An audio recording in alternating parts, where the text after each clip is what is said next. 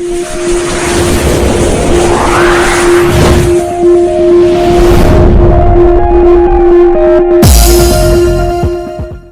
दोस्तों, नमस्कार, आदाब, सत श्री अकाल। मैं नीरज कुमार प्लीज न्यूज से फिर आपके बीच। दोस्तों, आनंद स्वरूप महाराज उतर गए हैं मनीष कश्यप को जेल से बाहर निकालने में टोटल खर्चा देने को।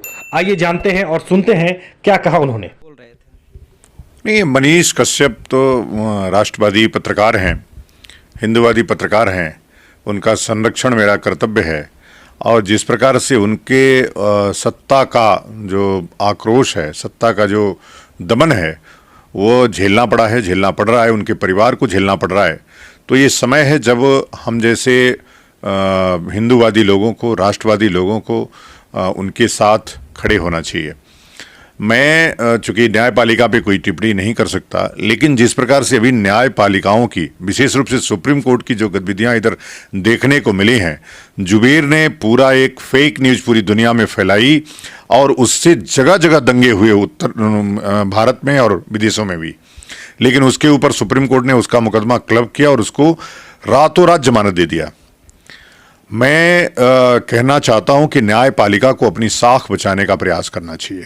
मनीष कश्यप के मैटर में चूंकि तमिलनाडु के वकील कपिल सिब्बल हैं और कपिल सिब्बल की बहुत चलती है सुप्रीम कोर्ट में, मैं जानता हूं, और जिसको वो कह देते हैं वो जेल में रहता है।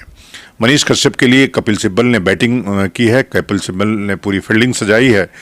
तो चूंकि कपिल सिब्बल का मुकाबला हम जैसे लोगों से होगा, तभी वह मुकदमा मनीष कश्यप जीत पाएंगे।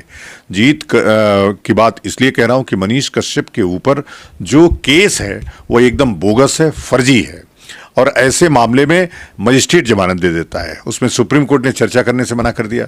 तो निश्चित रूप से प्रश्न तो उठता है, इस लोकतंत्र में जनता से सर्वोपरि न सुप्रीम कोर्ट है, न प्रधानमंत्री है, न कोई है। जनता इस लोकतंत्र की सर्वोपरि है, क्योंकि जनता जनार्दन ही सब कुछ चुनता है। मैं जिस जनता को, मजलूम को, गरीब की आवाज़ मनीष कश्यप उठाते थे, उससे एक विशेष पार्टी को नुकसान हो रहा था।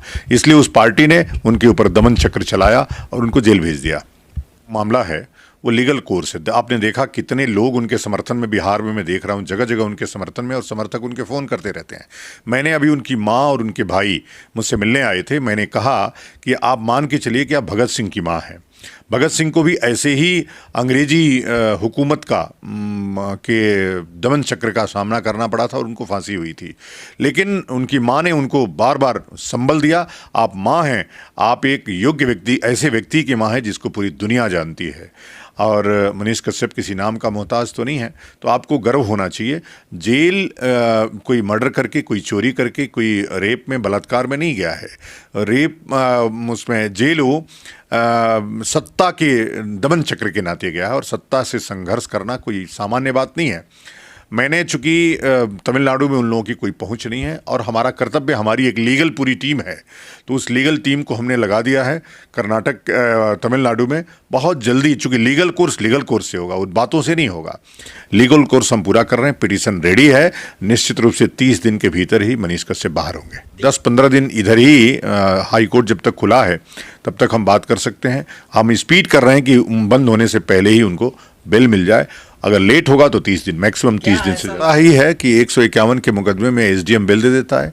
मुझे पता है कि ये जो मामला हुआ है, एनएसए किस व्यक्ति पे लगाया जाता है, जिसका पिता फौज में हो, जो दिन रात भारत के लिए, भारत के लोगों के लिए दिन रात लड़ रहा हो, उसके ऊपर एनएसए लगाएंगे। आज एक फेक न्यूज़ फैलाई गई प्रभात खबर के द्वारा, और पहले भी प्रभात खबर ने लग करके, चूंकि वो आरजेडी के लिए बैटिंग करते हैं, उनके पैसे पे उनका पूरा काम चल रहा है प्रभात खबर का, तो प्रभात खबर ने बैटिंग करके मनीष कश्यप को जेल भेजने का काम किया। आज भी प्रभात खबर ने एक फेक न्यूज चलाई, प्रभात खबर के संपादक और जो उसने न्यूज लिखा है, क्या उसके ऊपर एनएसए लगेगा?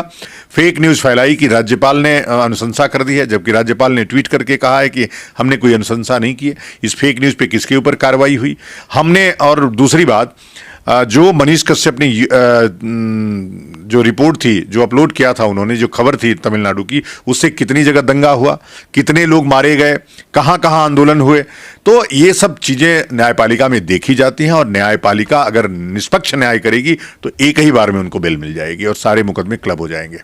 उनके घर वाले काफ़ी परेशान है, कहा जा रहा है कि ज़मीन बिक रहा है।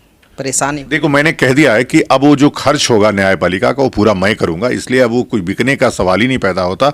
मेरे ख्याल से वो गलत हाथों में सुप्रीम कोर्ट में चले गए थे, इसलिए उनका इतना ज़्यादा पैसा खर्च हुआ। मैंने उस दिन कह दिया और मेरा वादा है कि मनीष कश्यप के प्रकरण पे अब 1 रुपये उनके परिवार का खर्च नहीं होगा, पूरा खर्च हमारा ट्रस्ट करेगा।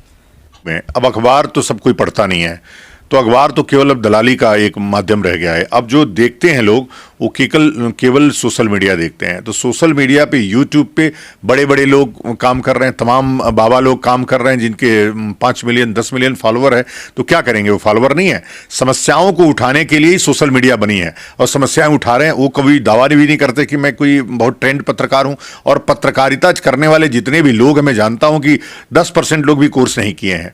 जितने भी मालिक हैं पत्रकार चैनलों के, वो एक भी पत्रकार नहीं है। तो क्या मतलब है। तो मैं वैसे ही कह रहा हूं, मनीष कश्यप पत्रकार नहीं है तो लोगों की समस्याएं उठाने वाले व्यक्ति हैं। उनको राजनीतिक ही मान लीजिए। तो कोई राजनीतिक व्यक्ति अगर विषय उठाता है तो उसको जेल भेज देंगे क्या। दोस्तों, यदि आप हमारे चैनल पर नए हैं तो प्लीज़ हमारे चैनल को सब्सक्राइब कर दें, अपने दोस्तों को शेयर कर दें, अगर अच्छा लगा हो तो लाइक कर दें। अगले वीडियो में फिर मिलते हैं, तब तक के लिए धन्यवाद।